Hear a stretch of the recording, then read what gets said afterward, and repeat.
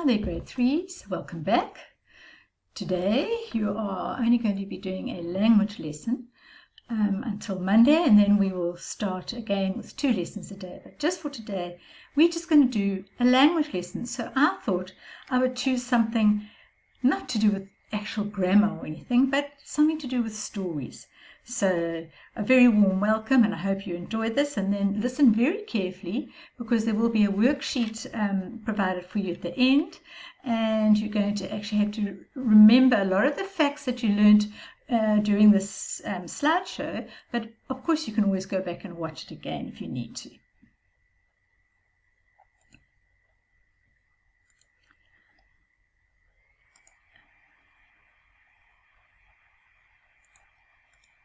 So, a very warm welcome again to WorksheetCloud Live. This is your English lesson, of course, and you know that you can email me on the email address on the screen during this lesson if you have any questions whatsoever about this particular lesson. I hope you enjoy it. Right, you must have heard of Fables, grade 3. I'm sure you must have heard of Fables. In fact, some of you have probably heard all sorts of stories that get told to you by your family, maybe your mom and dad, or your aunt or uncle, or your gran and grandparent, or anybody else, maybe a friend who knows some fables. And fables are passed down for generations, and these stories have been going on for hundreds of years. We've been learning about them and reading them, and they always teach us something. What will you learn today? Well, the first thing you will learn is what a fable actually is. We're going to explain that to you.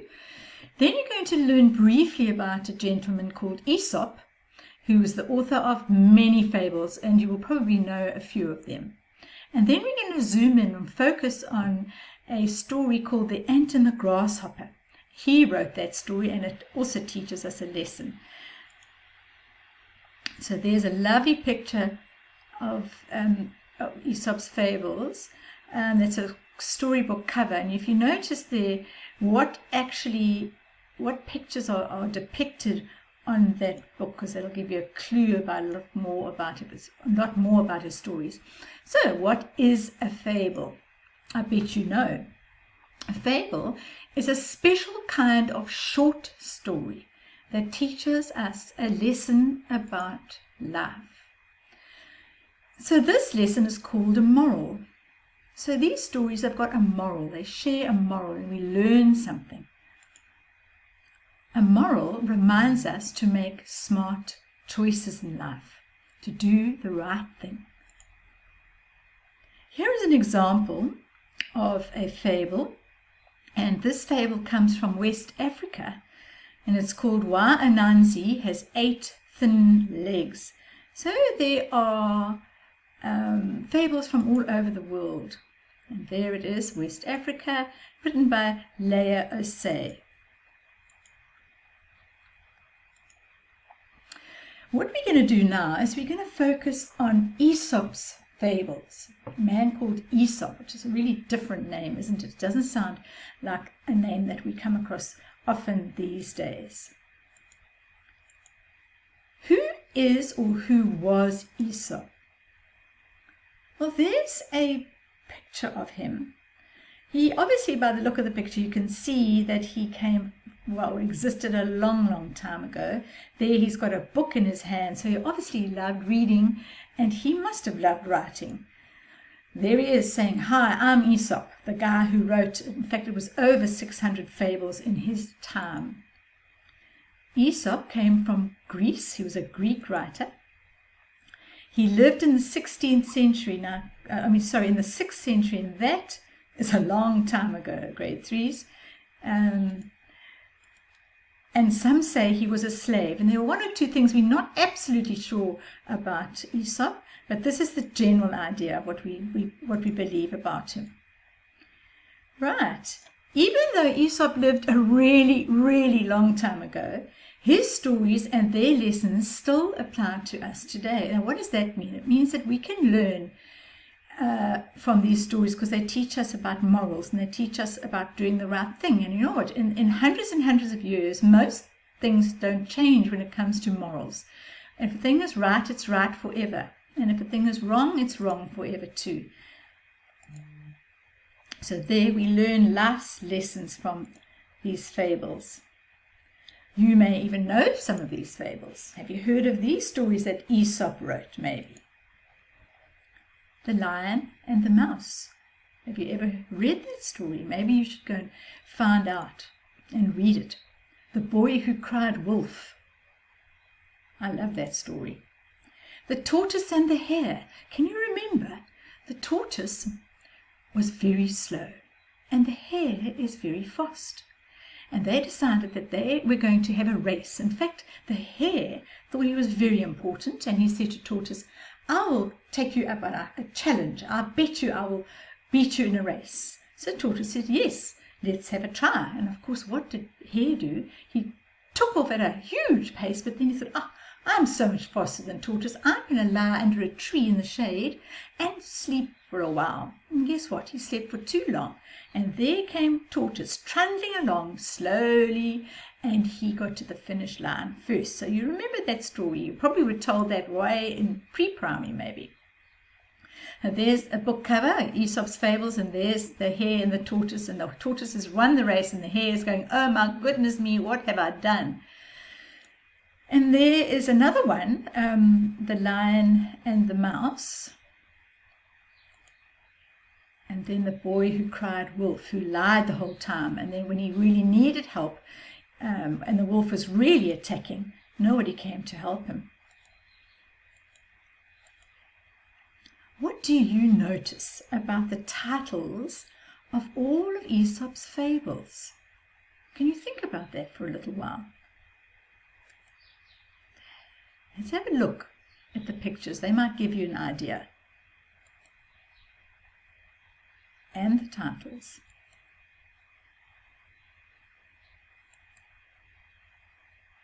So there's another one of Aesop's stories, The Fox and the Crow, and The Bear and the Bees. That's right, all the characters in Aesop's stories or fables are animals. And the one there over there with the crow and the fox, that's called The Crow and the Fox.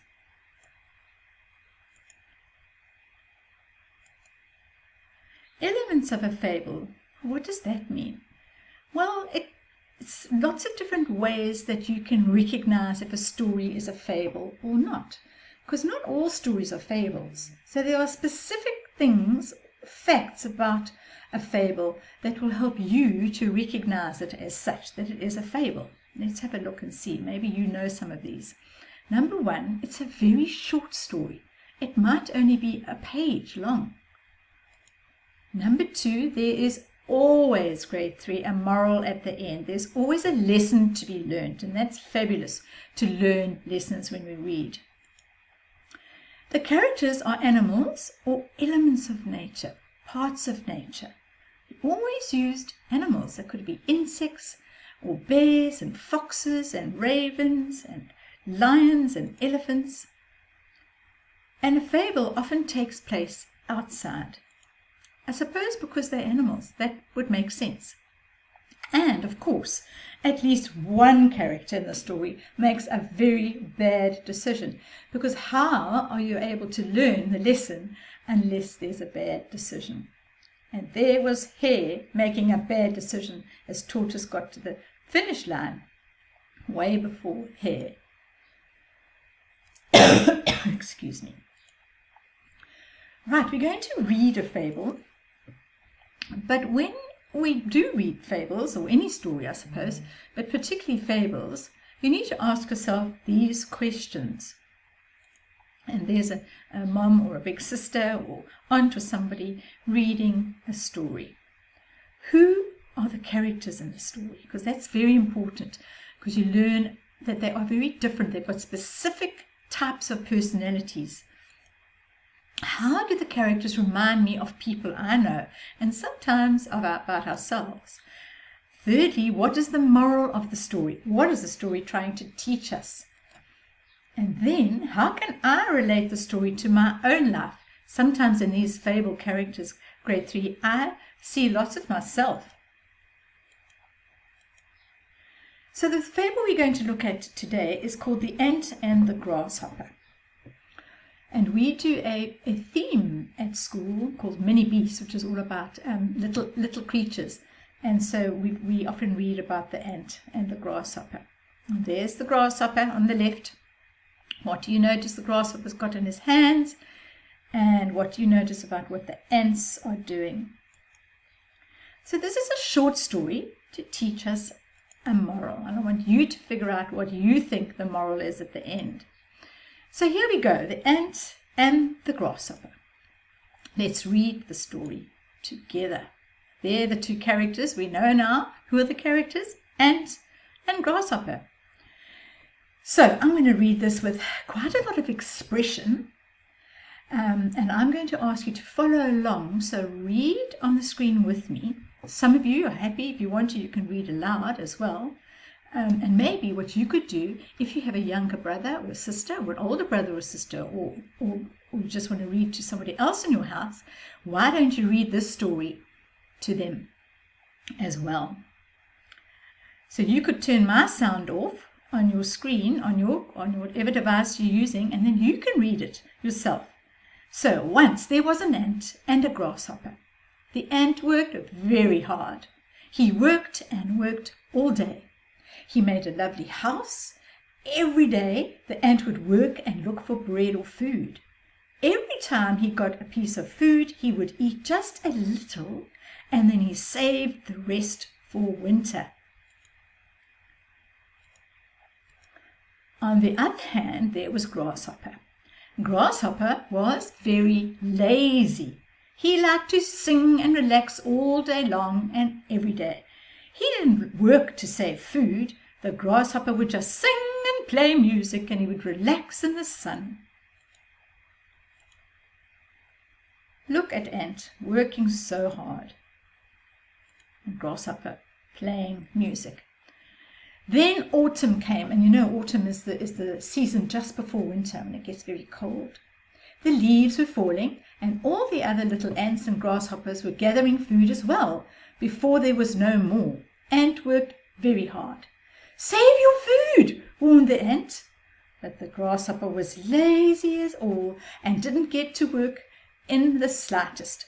"Build a house, winter is coming," said the ant. But again the grasshopper ignored the ant. He just relaxed and played music in the autumn sun. There he is, look at him. Look at ant pulling that mealie cob. And there's old grasshopper having a little cool drink. Then the days grew cold. The sun was not enough. The grasshopper needed a house to protect him from the winter. He knocked on the ant's door. "Please let me stay in your house for winter." "What were you doing all summer and autumn?" asked the ant. "Playing music and relaxing in the sun," said the grasshopper. There is poor grasshopper standing at ant's door. Now you know ant doesn't really live in a house like that, but this is just a picture story, or a story for the picture for the story. "No, you cannot come in. You should have made a house," said the ant. "Please give me some food at least," said the grasshopper. "No, you should have looked for food," replied the ant. "I told you to." The grasshopper left the ant's house. He had no food and no house for the winter.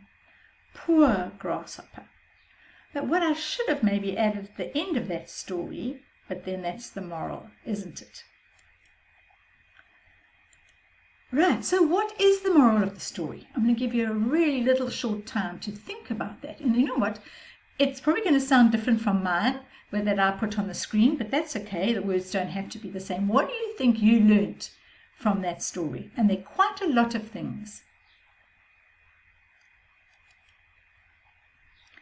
There is a time for work and a time for play. And that is a proverb, that is a saying that we use often to describe this moral.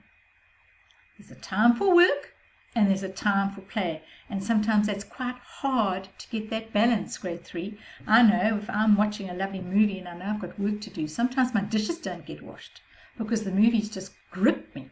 Or I'm reading a lovely story and that's good, but What if I haven't done my washing? It's important to have clean clothes.